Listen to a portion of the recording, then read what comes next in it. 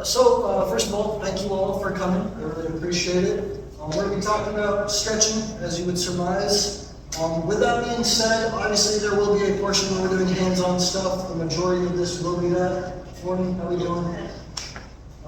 So with that being said, first and foremost, I'll repeat this a couple times. If it hurts, please don't do it. Okay, just a good rule of thumb. Okay, rules to live by. If it hurts, please don't do it. Okay.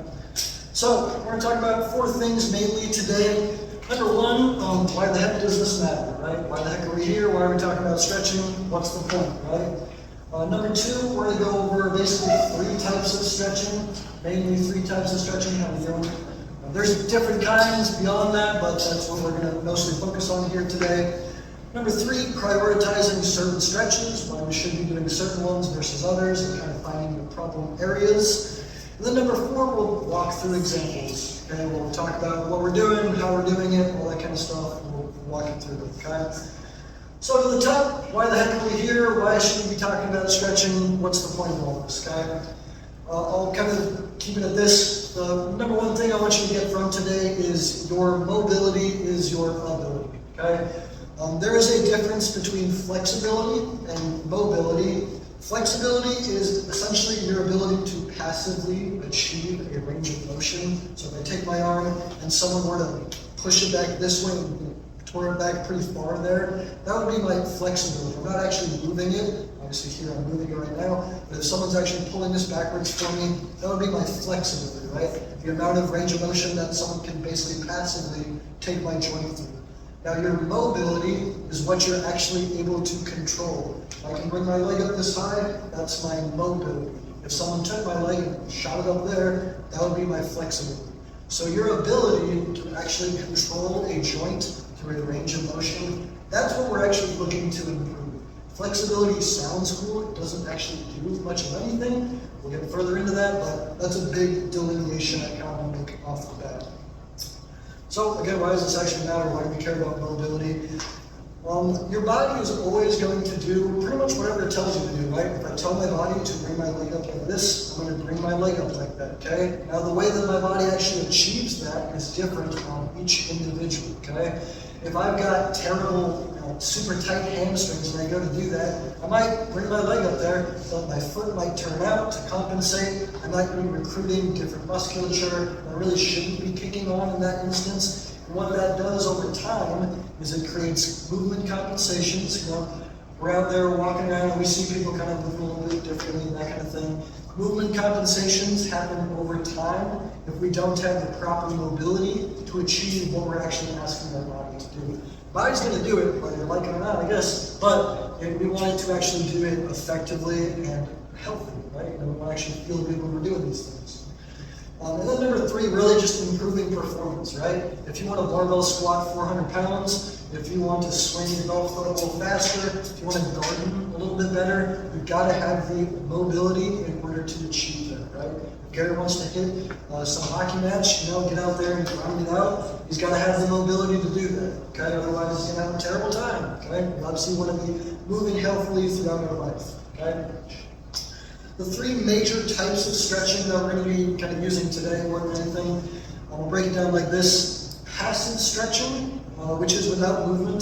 The muscle is not active, so it's kind of in that flexibility range. Now the benefits of that, those are what would be called like static stretching, right? If I tell you to kind of touch your toes and hold it there for 30 seconds, that's what a static stretch is doing.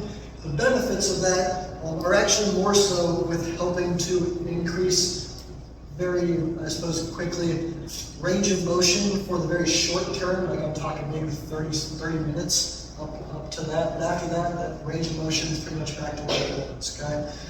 The biggest thing that you get from static stretching, when you should do static stretching, is its ability to help relax, right? You got a tough workout. If one of your trainers goes and tells you, hey, you did some RDLs today, someone tells you to go do a static hamstring stretch, what that's going to do is make your body relax, kind of take it out of that fight or flight nervous system and bring you back into what's called like the parasympathetic nervous system, physically making you relax and decreasing that stress on your body, right? When we're in here doing our strength training, we're literally making muscle tears, muscle fibers. It's a very stressful process in more ways than one. So being able to do that, or if you get up in the morning a little tight, that's a good time to do some passive stretching like that, okay? Number 2 is active, as we guessed, right? That's with movement. That's when the muscles are active, which we'll spend quite a bit of time on today. The specific terms that we're going to be using are CARS, which maybe John's talked about before if you're from Blue Ocean. CARS stands for, if I can find it because I always forget, Controlled Articular Rotations, okay? So one that we're going to be going through today is that I take my arm and go through this range of motion, turn it out, and going through that really utmost range of motion. I'm actively taking my shoulder through a range of motion. I'm actually improving the ability of that joint to move through a larger and larger and larger range of motion. Being able to control that without having any problems, right? Moving into essentially the outer limits of whatever your current range of motion is. Basically, that's kind of like your use it or lose it. You know, if we spend all our working day out here grinding on the computer, hunched over like this, if you do that for 40 plus years in a row, guarantee you're probably not going to be able to put your hand above your head pretty easily, okay? You're not doing it, right? Why would your body is pretty lazy, if we're being honest with you. Everybody's is. It's going to take away that and use that energy on something else because you're clearly not making it useless. Why would you, right? So if you want to keep that range of motion or improve it, you got to use it. Pretty simple, right? Last one is isometric. Now this really is the key to permanent adaptations in the range of motion.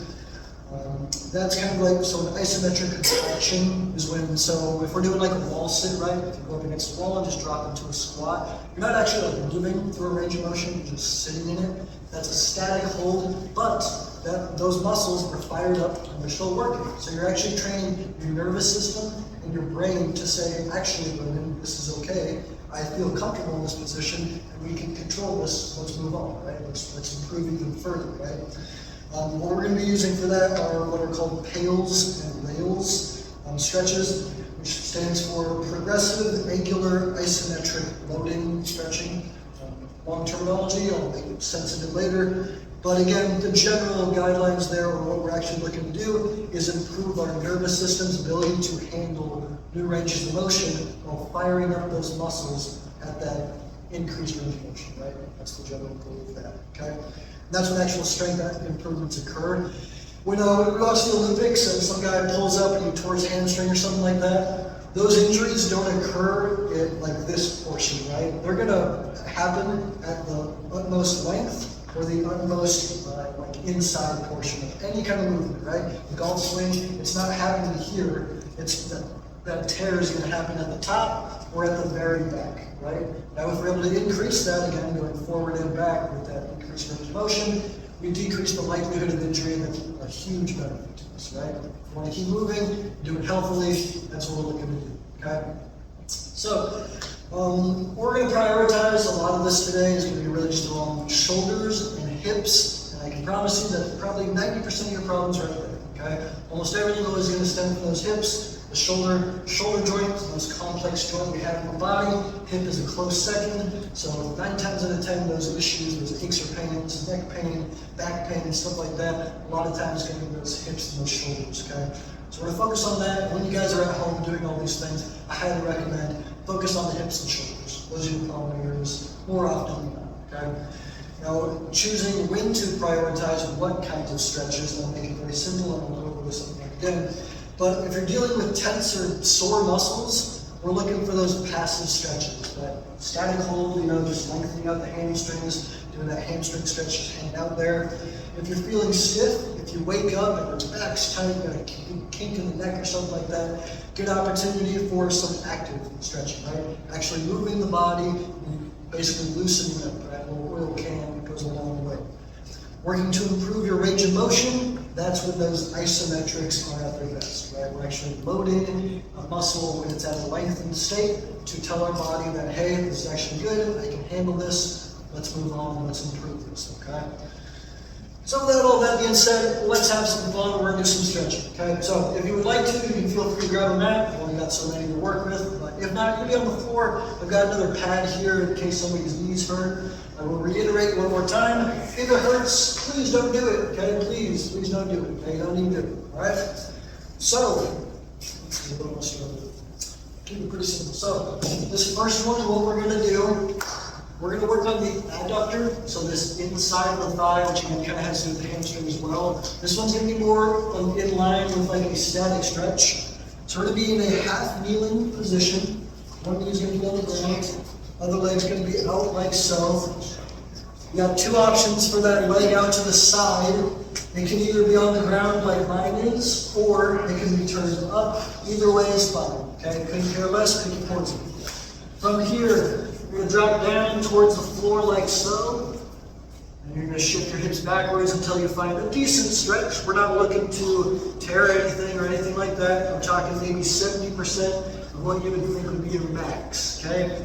Now when we're doing static stretching, what you want to do is look for long, long exhales. That's going to make your body relax, okay? So while you're there, we're going to be here for roughly 30 seconds. Go ahead and get some big, deep breaths in through the nose, out through the mouth as best you can, okay? Big, long, long exhales. In through the nose, filling the diaphragm, and then releasing out your mouth. Go ahead and do one more big deep inhale and exhale, then go ahead and do the exact same thing on the opposite side, okay?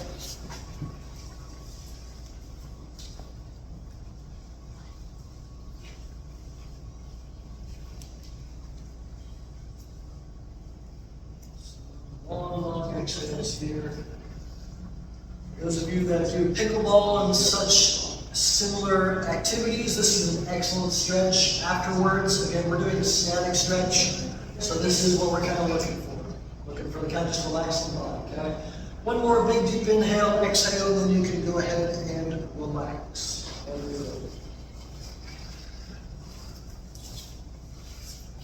Who's ever done that stretch before? Anybody? Yeah? Maybe? John? Cool, awesome. Really good stretch again, especially for those doing pickleball, that kind of thing. Excellent for that, okay? But you would want to do that after the activity, okay? We're helping to relax the muscle, okay? Next, what we're going to do is basically child's pose. You're going to put your hands down in front of you. You're going to sit your butt backwards towards your heels. Think about lengthening out. We're going to do about 30 seconds towards the front. After you do about 30 seconds there, in your own time, you're going to turn to the left. Do a little side stretch towards the left side. After that, you're going to take it to the right. A little side stretch towards the right. Okay, in your own time, I trust you. Just think about those long, long exhales. Think about lengthening out, allowing the body to relax. Excellent, excellent stretch first thing in the morning, just helping your body relax a little bit. I know my mattress used to be a little better than it is today. This one helps with my back.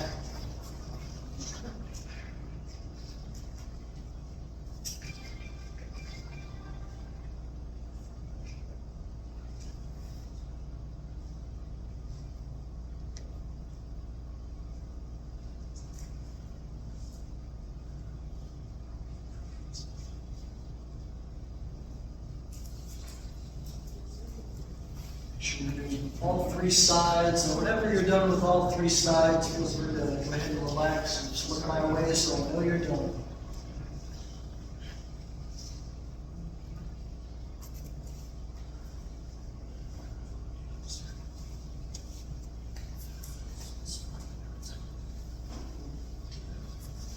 How'd that feel? Pretty good? Yeah. Pretty relaxing, right? So crowd pleaser, okay? Next one, what we're going to do is work on the hip flexors. So again, go back to the hips. For those of you that have desk jobs, you're sitting at the desk all the time, your knee's going to be bent like this all the time. This is really helpful for low back pain or stuff like that. So we're going to be in that half kneeling position. From here, this is the important bit. A lot of people get this one wrong. I want you to make sure you're kind of squeezing your glutes like you're holding the fart. For some reason, everyone knows how that works. So squeeze your glutes a little bit. Then you're going to lean forward a little bit until you feel a decent stretch in the front of that bent leg. From here, if you're looking for a little bit extra, you're going to bring your hand up, that same side or that way.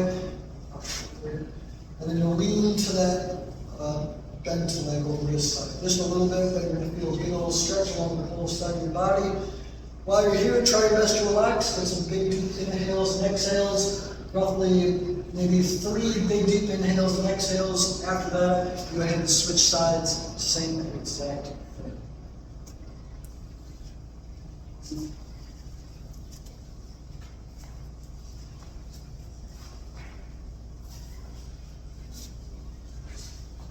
Again, those long exhales are important. I don't just say that to hear myself talk. I promise it helps. It helps activate the parasympathetic nervous system versus the sympathetic nervous system.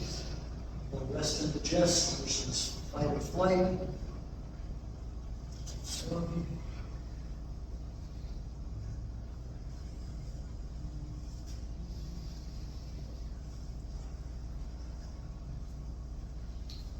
Whenever you're done, go ahead and relax. Just shift my legs up here. How'd that one feel? Pretty good? A little tight there, I'm sure a lot of people, myself included, so good one for you. When you're at home, truly, if you work from home, if you work in the office, you can scare your coworkers and just get on the ground and do that. But if you're at home, even better, just hop on down. It's a great one to help release that after a long day. Now we're going to move on to some of those more active stretches. So this is referring to that CARS, controlled articular rotations. So we're going to start with the hips on this one. We're going to be, and just let me show you first, and then we can all dive in. We're going to be in a quadruped stance, hands and knees. We're going to tuck both toes underneath. I'm going to tell you to do 30 seconds to complete this motion, knowing that maybe I get 10 seconds of homework. Okay, so shoot for 30 seconds. If you do it, we'll give you a prize. We're here. We're going to bring that leg up as slow as humanly possible. We're going to bring it all the way out to the side, all the way around. Basically drawing one big little circle with your knee. Okay? And when we're doing this, the whole point is we're increasing that range of motion you have available to that hip. Okay? Now again, that was maybe 5 seconds. I'm asking y'all to give me 30 seconds to complete that one rotation. Okay? Best of luck to you. Enjoy. Right? Nice and controlled. Here we go. And see if you can do it without tipping too far to the side. That's kind of cheating. If I go like this, I bet I can bring my leg up pretty far. Hard part is keeping the hips level, bringing it around. Okay? Again, 30 seconds if you got it. I'll take 10 if I can manage. Even slower, Tracy. I'm watching. Picking you out of the crowd. Is the leg straight on again? Leg just kind of stays bent the entire time. And go ahead and do this twice on each leg. Twice on each leg. I see some shaking, and it means you're working. That's the only motion. We'll do more shoulders after this. Again, try not to tilt your hips too far. We're looking to keep those kind of level. Otherwise, you kind of cheat yourself. Twice on each side.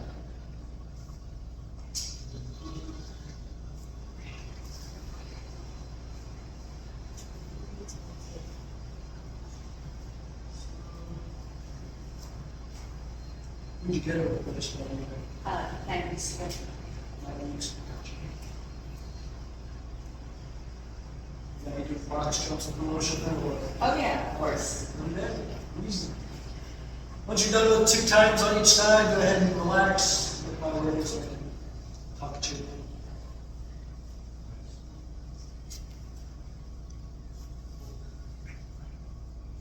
So, anybody's hip possibly cramp when you were doing that? You feel a little bit almost like a pinch or something like that? Was it challenging for people? Was that kind of challenging stretch? They lured you in and said, let's come stretch, and then they made you do that, right? Yeah. So again, that is a more active stretch. It's still a stretch. We're kind of pushing the outer limits of that range of motion we got in the hips. If you want to improve your range of motion, kind of use it or lose it, or even just activate it in the mornings, that's a great stretch to start with. Okay? What's the difference between being on the ground with it and doing it standing up? You could totally, actually, yeah, very good point. I want to say I should say that. So, same thing, you pretty much do that same thing. You bring it back. What you want to do is hold on to something so you're not tipping. Bringing it up, around town, very similar process. Okay? This next one, you can do it standing up. You can pretty much do it kneeling if you want to keep it here. Basically, do the exact same thing with our arm, shoulder, really. So what you're going to do is palm is going to face inside, arm is straight the entire time. Again, 30 seconds. We're going to go all the way up. We'll flip your palm out, all the way back as far as you can. Now again, cheating would be turning to really lengthen that out. What your goal is to keep the shoulders as square on as possible, bringing it around town, right back to neutral. 30 seconds, I'm seeing a lot of speed demons out there. We're gonna do that 2 times on each side, as slow as you possibly can, okay? I'm talking crawling, real slowly.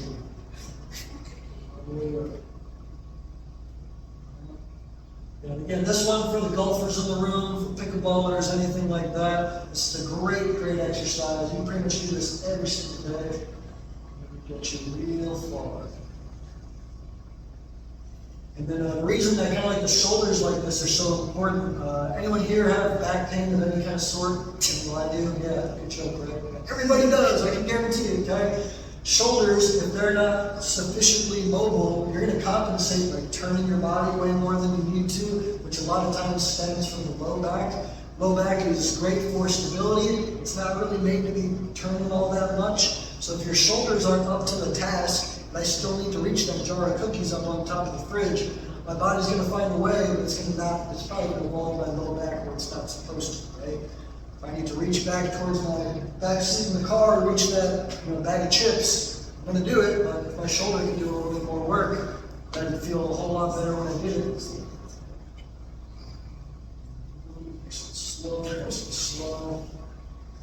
Again, about 2 times on each side. Once you're done, I'll have mercy, cut it.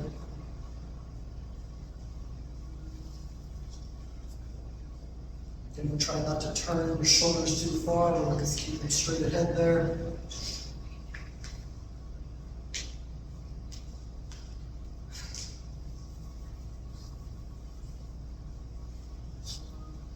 Once you're done, you can go ahead and cut and just look that way while I find some foam rollers. I'll show you.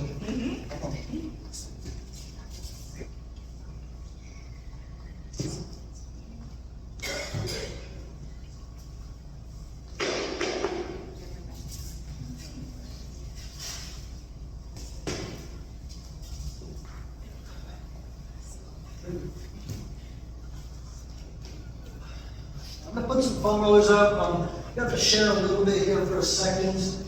And you really can use any piece of equipment here. If there's like boxes or stuff like that, feel free to use that. I'll show you what I mean in a second. How did the shoulder one feel? Anyone feel kind of tight, right? Or kind of surprising how limited your range of motion might have been, right? I know myself, my shoulders are toast, which is not good because I'm okay? So, next what we're going to do is that progressive, regressive, angular isometric load. Okay? So, when we do this is going to be the hardest stretch if we're going to, okay, at least these next 2. So, we're going to involve a little bit of cramping, a little bit of hard work, a little bit of sweat, but we're going to have fun doing it, okay? So, number 1, with that foam roller in front of you, we're going to be working on the shoulders one more time. I'm going to talk to you for a second, then we'll walk it through together. What we're going to do, we're just going to be in a kneeling position, and again, you can use any piece of equipment in here if you find a box or something like that. You can have your hands on top, fold it over like so. And then from here, we're going to hold that position for about 20 seconds or so, just looking for that nice static stretch, trying to relax. After that, you're going to try to push into the foam roller while you're in that stretch out state, okay? So I'm already stretched, I'm trying to smash the foam roller down. It's obviously not going to go anywhere because I'm rather weak, but you're going to sustain that pressure for about 15 seconds. Then after that, you're going to get just deeper into that same stretch for about 30 seconds, okay? We're about 5 big deep inhales and exhales, okay? But why the heck are we doing that? Number 1, we're taking our joint through a range of motion, and then we're firing up those muscles associated with that to help click our brain into gear and say, hey, I'm actually able to control this. I trust my body, I trust you, Brogan, to actually control this motion, so that, you know what, next time I want to bring my hand above my head, I can do that. I'm not going to tear my freaking rotator cuff, okay? So, again, hopefully y'all can share for a second here. Leave light, I'll share as well. Go ahead and fall into a static stretch for about 15 seconds or so. You can find any piece of equipment if you'd like. There's a box or anything you'd like to use. You can do this standing, so if you want to just stand up and go or something like that, the same exact thing. About 15 seconds of deep breathing. After that, you're going to try and smash the foam roller down as hard as you can. And when you're pressing it down, you do that for about 15 seconds or so. Again, don't go crazy. We're not looking to tear anything. And then after those 15 seconds of pressure are up, you go ahead and relax deeper into that stretch one more time.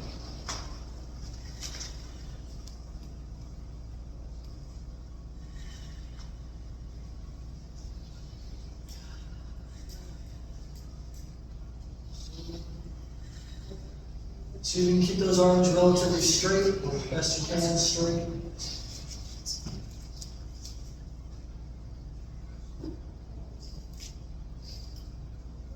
Whenever you are done with that torture, you can go ahead and look my way.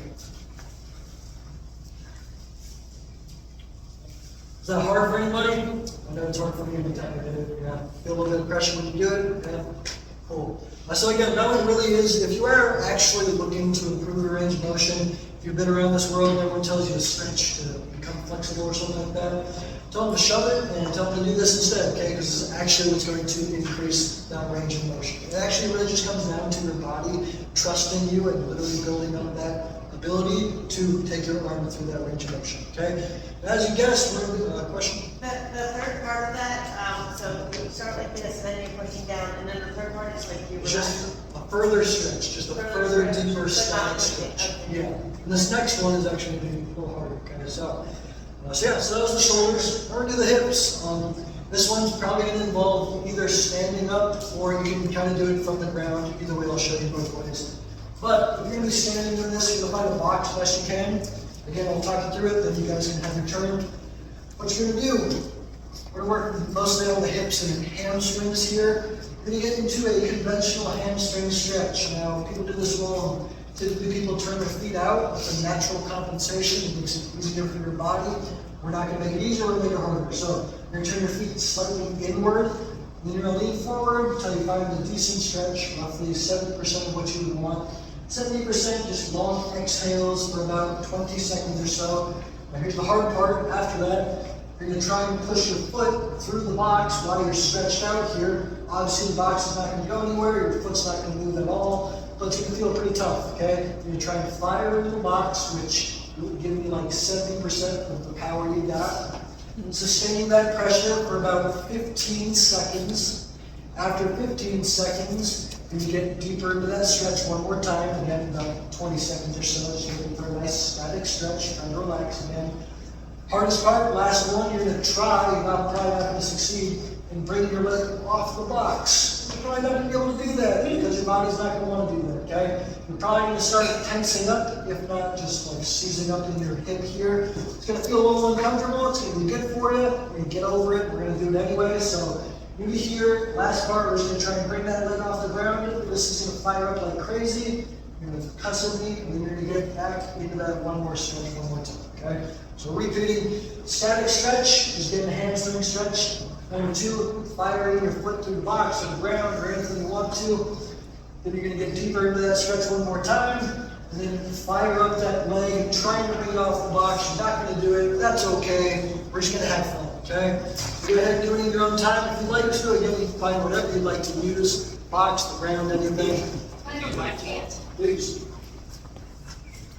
Be careful, you don't stretch.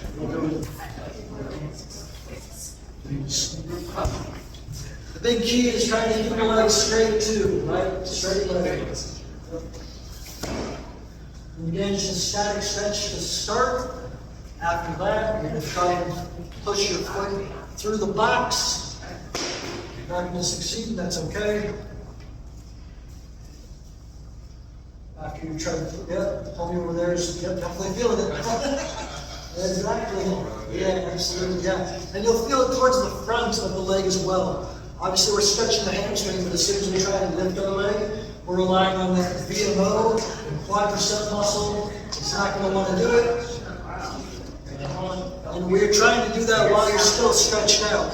So we still want to be stretching our hamstring out, but again, trying to bring that leg off the ground, kind of like an oxymoron. When you guess it, once you're done with one side, go ahead and do the exact same thing on the opposite side. If you cuss me afterwards, okay? Doing that right now. Yeah, I believe it. I believe it. So one. Thanks, folks. Stay good. So, Can you stay bent over if you're gonna try to pick your leg yes, up? that's the trick. Yeah, obviously you can lean back and do this all day. The hard part is trying to stay there. And again, your foot probably shouldn't even leave the box. If you're doing it right, your foot probably shouldn't leave the box. Once you've done the one side, go ahead and do the opposite side, same exact thing. Shelly's having fun. Bizarre. Yeah, you betcha. You betcha. When you're done with both sides, you can go ahead and look my way, get comfortable. Yeah.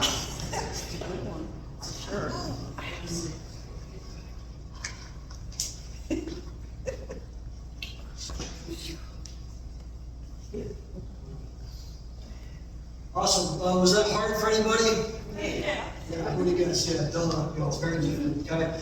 So again, when it comes to actually increasing, like my ability to bring my leg all the way up here, maybe you're stuck down here a little bit. To be able to do that, you got to actually fire up that muscle in that increased range of motion. Okay. So maybe again, all right. As far as the big stretches, I want to make sure we go on top of. That's pretty much it. We're gonna do one last stretch that's actually gonna feel good since I tortured you with that one. So if you want, you can either do this on a box, kind of like so, or you would bring this leg up and lean over this kind of thing. Otherwise, go ahead and get on the ground. It's basically pigeon pose if you're a yoga fanatic. You're gonna get on top of the ground. Knee is gonna be bent at roughly 90 degrees. You're gonna fold over that front leg. Looking for a nice stretch in the hips and glutes and low back. If you have low back pain, this stretch helps tremendously. It helps tremendously. Now we're doing static stretch here. So we're looking for those long, long exhales. In through the nose, out through the mouth. You'll do this for about 5 big deep breaths on the one side, and then go ahead and do about 5 big deep breaths on the other side. Take time.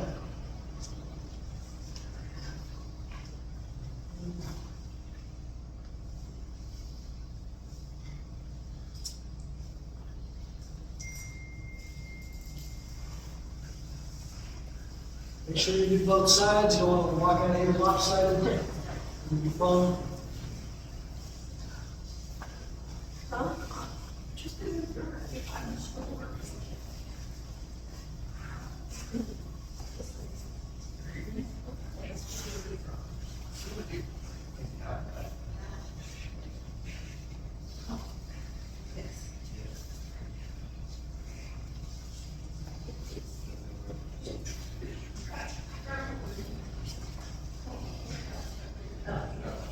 And whenever you're done with that, you can go ahead and get comfortable and just put my leg.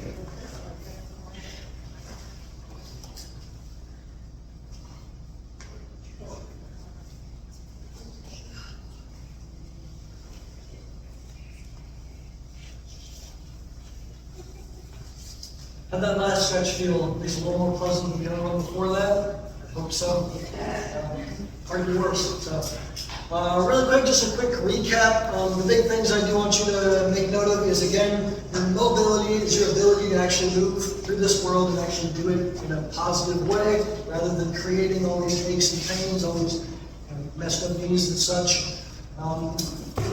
Basically, the things you want to be focusing on, prioritizing for your time, hips and shoulders. We're going to be 9 times out of 10, best course of action, okay? If you're feeling tense or muscles are sore after a tough workout or something like that, we're looking for those passive stretches, just a static stretch, long exhales, holding that position for roughly 30 seconds at a time. If you're feeling stiff, best thing you can be doing is some of those active stretches where we're taking the joint through that range of motion. Kind of sounds like an oxymoron, but that's going to help you decrease that stiffness.